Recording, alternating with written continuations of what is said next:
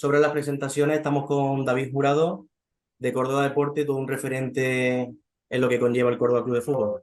¿Qué tal? Hola Rafa, muy buenas, ¿qué tal?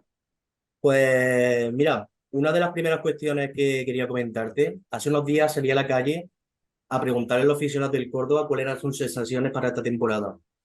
Y las conclusiones que saqué como norma general era el secretismo que había en el club, los fichajes que no llegaban y prácticamente una plantilla que no existe.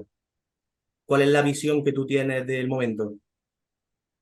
Bueno, estamos viendo una pretemporada anómala en el Córdoba, sobre todo en comparación con las últimas, desde que llegó Infinity, las últimas tres, y en general, con el hermetismo que hay, en general con la historia reciente del Córdoba.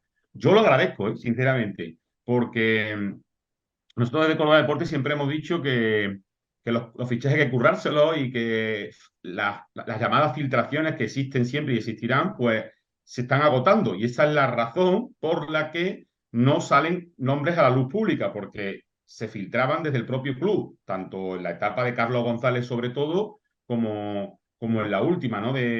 Con Javier González Calvo y de Infinity.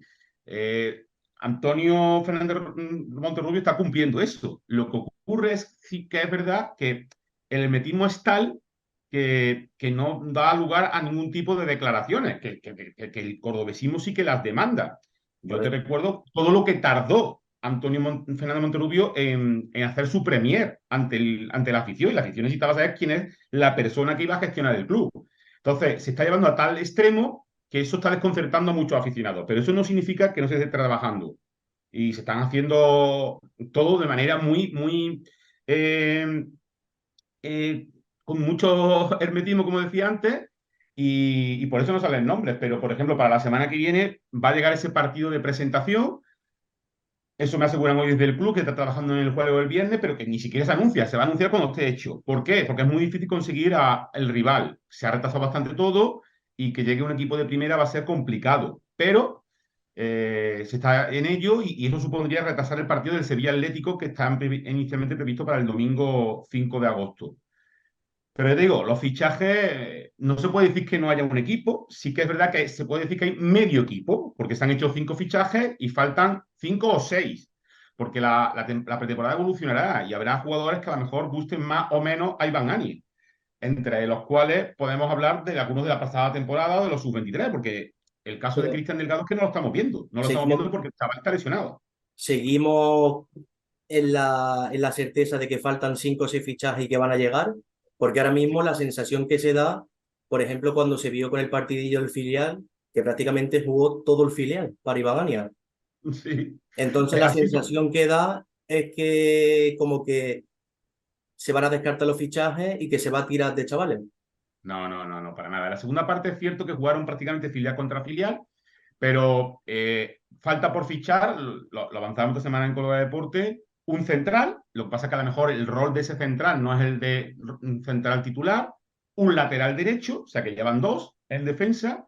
Luego en el centro del campo es donde más falta hace, tanto en la creación como en la destrucción. Puede ser un pivote mixto, pero va a llegar uno seguro. Tiene que llegar un extremo para que le dé competencia a Carracedo y que no ocurra lo del año pasado, que Carracedo se difuminó en la segunda vuelta después de hacer una primera en la que parecía jugador de otra categoría. ¿Sí? Y luego hace falta dos delanteros, que bien pueden ser dos delanteros puros o un delantero y un media punta también para que tenga competencia Quique Márquez.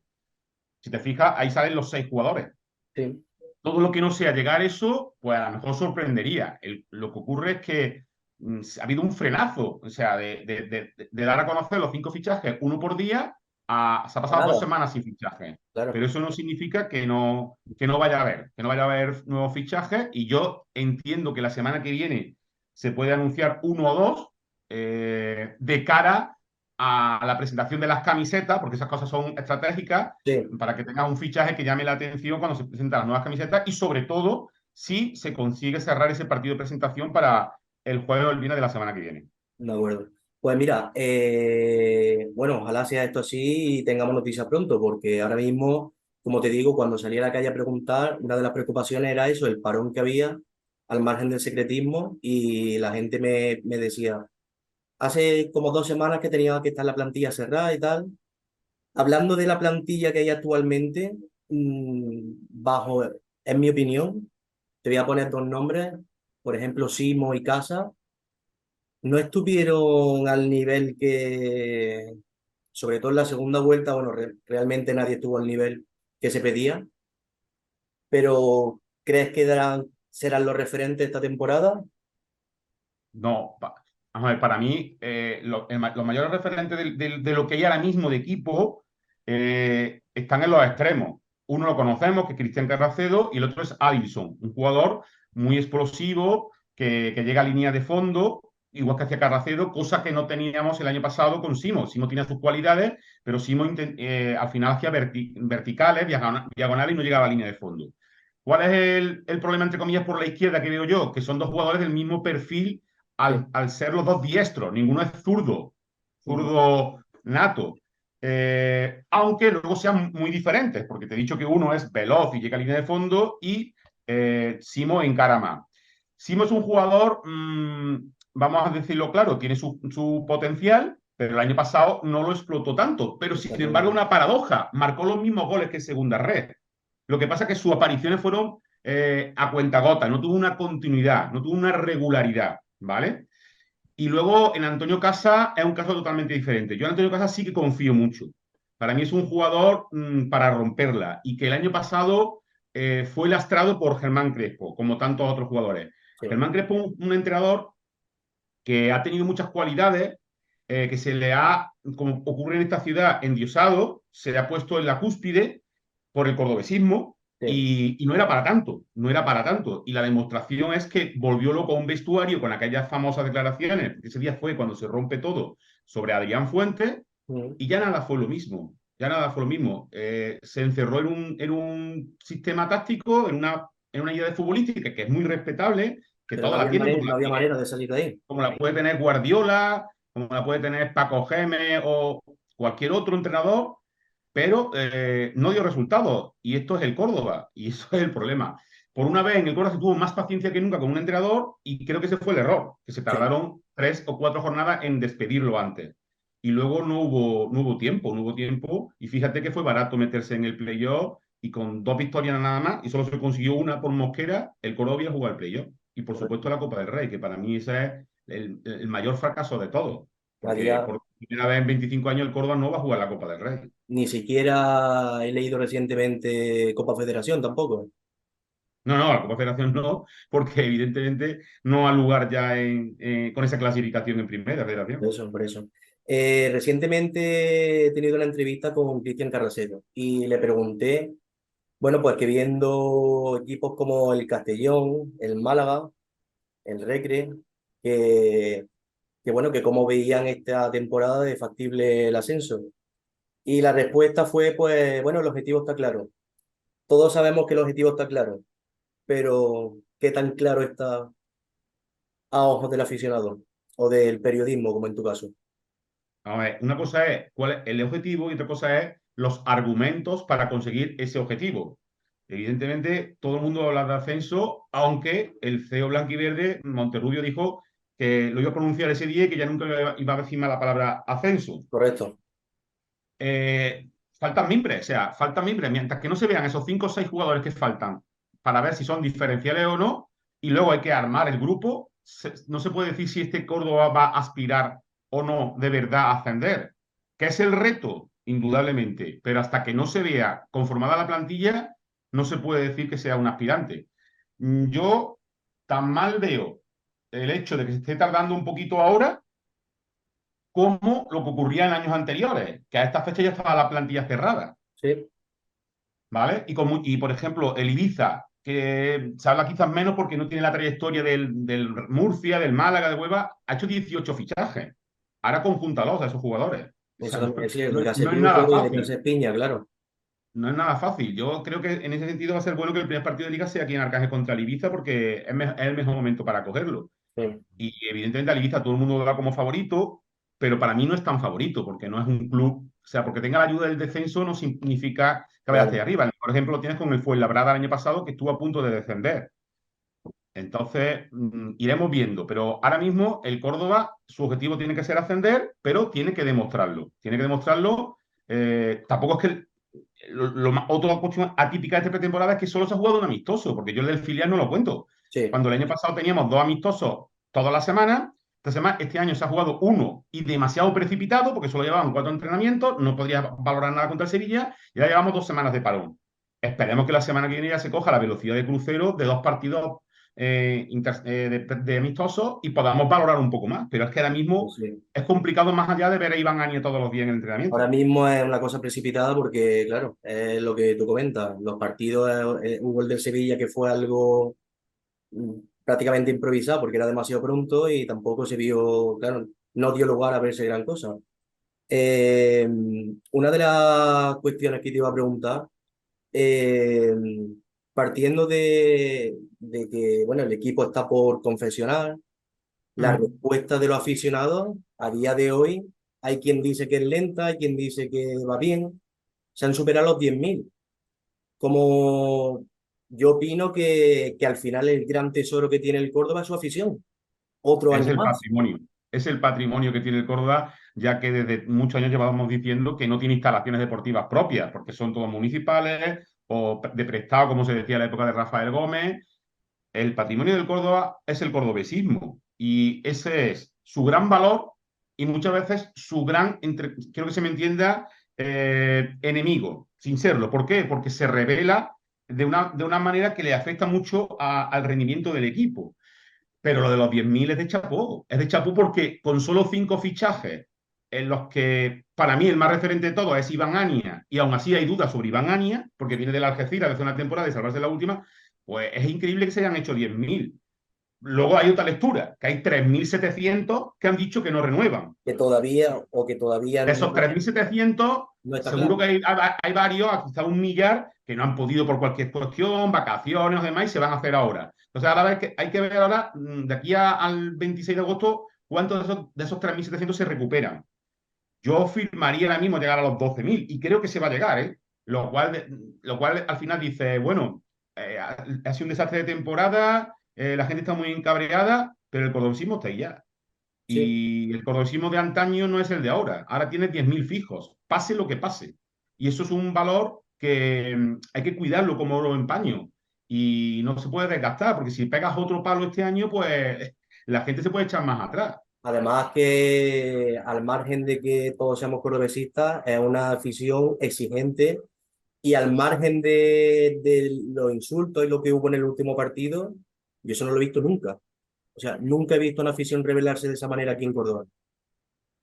Mira, yo lo de los insultos no estoy de acuerdo. O sea, no No, debería haber claro, claro, insultos yo tampoco, nunca. claro. Y la palabra exigencia es que es muy complicada valorarla. Porque yo que hablo con muchos periodistas y con muchos futbolistas que han estado por muchos equipos, dicen, bueno, pero es que lo mismo ocurre en Valladolid, lo mismo ocurre en Las Palmas, lo mismo ocurre en Murcia. Sí y no. O sea, la exigencia del cordobesismo se suele dar in situ. Luego también hay un pasotismo que se nota en muchas ocasiones, que es lo que hace que no se le, no, que no a los jugadores, sino a la gestión de la entidad, la que no sé si me está explicando. Aquí se Sí, sí, adora sí, sí. mucho, como he dicho antes, a Germán Crespo, en su día a Carlos González, a otros presidentes, y luego cuando vienen mal dadas son los peores del mundo. Entonces, no puede ser ni el mejor ni el peor. Tiene que ser una cosa ecuánime. Correcto. ¿Vale? Y no dorar la píldora ni hacer ese abrupto hacia jugadores cuando algo ha ido mal. Que Quique Márquez tiene un carácter especial, eso es evidente. Pero de ahí a denigrarlo como se hizo, pues evidentemente es inadmisible totalmente. Con Quique Márquez creo que estaremos de acuerdo que se buscó un verdugo y fue él. Pero indudablemente Quique Márquez tiene una calidad de juego y es un jugador de mucha calidad. Y yo creo que este año es cuando lo puede demostrar. Ya el año pasado también pudo demostrarlo y hubo momentos en los que tiró del equipo. En la fase esta de marzo, cuando se ganó el partido a la Cultural, pero no tiró más allá. El problema de Quique Márquez, ¿cuál es? Es su propia idiosincrasia, su carácter. Es un jugador introvertido, que a lo mejor no hace toda la piña que se debiera, ¿no? Como otros. Y bueno, pues la gente por lo primero que hace es señalarlo y decir que él es el que malmete en el vestuario. No es que él malmeta, es que es así. Y eso ya lo debería de conocer la dirección deportiva antes de ficharlo. Y cuando tú fichas a un jugador de esas características, lo haces con todo, con las características técnicas y con su personalidad, que hablan mucho de ella cuando se ficha y se presenta al jugador en sala de prensa, pero luego llega la parte fea, que es cuando los resultados no van bien. Bueno, Y el mejor ejemplo lo podéis tener todos los que estoy viendo con la entrevista del uso que he hecho esta semana, Luis Delgado, que jugó 4 temporadas en el Córdoba y ha dicho que el Córdoba es todo blanco-negro, que el Arcángel te puede ensalzar o machacar. Y claro, no puede ser ni una cosa ni la otra. otro de los cambios que hay con respecto a otro equipo es, lo hablaste con Rafa hace un tiempo, que sí, volveremos, pero el Córdoba es equipo de la categoría que es. Entonces, creo que la afición también está siempre con el sueño de volver a primera, de pasar por segunda, pero seguimos donde estamos. Primero hay que Entonces, salir de segunda, B, de la de toda la vida. La primera federación ahora que es más difícil que la segunda B de antes porque son menos equipos, se aglutina más calidad, aunque hay un formato que es más factible, que es que premiera al primer clasificado, que eso antes no existía. Si eso antes hubiera existido, el Córdoba hubiera subido muchas veces. Eso es lo primero. Y cuando llegue ese momento, como ha dicho hoy Luso también, hay que consolidarse en segunda. No se puede pensar en primera, que es otra de las prisas que siempre se ha tenido históricamente exactamente, en el Córdoba. exactamente. Que vamos a subir y luego sufrías para no descender. Hay que acordarse de los años aquellos de salvación en la última jornada contra el Getafe, contra el Leganés y tantos otros. Entonces, lo primero que hay que salir es de primera federación. Y de entrada, el Deportivo de La Coruña lleva ya 2 años y va al tercero sin haberlo conseguido. Muchas veces nos miramos como que el Córdoba tiene mucha historia, que si el ombligo, pues con todo mi respeto, más historia tiene el Deportivo de La Coruña, más historia tiene el Málaga, con independencia de la denominación del que sea, Y ahí y están. entonces, y fíjate dónde están, y fíjate dónde están. Vaya. Una de las cuestiones que se me pasó hace poquito por la cabeza, no sé si tendrá valor alguno, pero estuve pensando con respecto a lo que se hizo en la segunda vuelta y lo que pasó, ¿qué importancia le ves tú a ganar el primer partido? ¿Tú crees que si el primer partido se pierde, pueden volver esos demonios? Primer partido de Liga, te refieres de Sí, temporada, claro, el ¿no? primero cuando empieza ahora, sí. Es que, evidentemente, si el primer partido de Liga se pierde contra el Ibiza, habrá que ver cómo se desarrolla el partido. Pero que está claro que va a haber lanzas, eso te lo puedo asegurar desde el primer día, porque el cordobesismo lo que tiene ahora mismo en la cabeza es el mal final de temporada. Entonces, si tú empiezas perdiendo en casa y vienen luego dos desplazamientos consecutivos a Murcia, si no me equivoco, y a San Fernando, Sí, pues evidentemente la crispación va a crecer. Va a quitar muchos números de socios, porque si tú vas y le ganas al Ibiza en la primera jornada, estoy convencido que en esas 2 semanas de tránsito hasta el próximo al Arcángel se pueden hacer perfectamente 500 600 abonados. Entonces, ese partido, sin ser decisivo, es importante para relanzar de nuevo el Córdoba ilusionante. exactamente, la ilusión de la gente, claro. Mm. Eh, Sé que es difícil la pregunta que te voy a hacer, pero ¿a quién ve favorito para el ascenso? Es que la primera federación Es es la lo que... leche. O sea, el año pasado se demostró, porque el Córdoba arrasaba. Y pese a arrasar, le costó muchos meses hasta conseguir ese colchón amplio con el Alcorcón. Y fíjate, cuando tiene ese colchón de 6 puntos y va a Santo Domingo para dispararse, es cuando empieza a cortarse el colchón. Entonces, el grupo, yo no sabría decir cuál es el de los dos grupos más difíciles. Unos están diciendo que el primero, otros que el segundo, el del Córdoba. Yo, en mi opinión, la verdad que el segundo lo veo más difícil. O sea, tener a los dos filiales de Madrid, por un lado, tener al Castellón, que tiene un proyecto de continuidad, tener al Málaga, que es al mismo nivel que el Depor, lo que ocurre que habrá que ver cómo se adapta a la categoría, que eso también es muy Exactamente. difícil. Y luego, para mí, por lo que estoy viendo, el favorito del grupo de Córdoba es el Real Murcia. Real Murcia ha llegado a una inyección económica gorda, se están fichando mucho, no tiene nada que ver con el Murcia de los últimos años, en los que había muchos problemas económicos, nos comentó Abelino Viña, que sigue allí de entrenador de portero, y para mí es el gran favorito. Luego hay equipos que tienen mucho nombre también, como el Recre, pero el Recre tiene un proyecto muy humilde porque Claro, está lastrado económicamente. el Regre lo que Y bueno, tiene y luego te puede aparecer el es Mérida, historia. el Ceuta, que jugó de escándalo. A mí el Ceuta me gustaba mucho el año pasado, incluso cuando le ganamos allí. Y fíjate, hasta el final lo demostró que era un equipazo. Y como sigue con el mismo entrenador, pues eso le va a llevar a tener una filosofía clara de juego. Entonces, esto es como cuando Colo estaba en segunda. ¿Cuántos favoritos hay para subir a primera división? Pues había 10 o 12. Pues ahora Buah, igual, ni más ni menos. la verdad que este año para lo nueva que es la primera red, el nivel mínimo por nombre es brutal.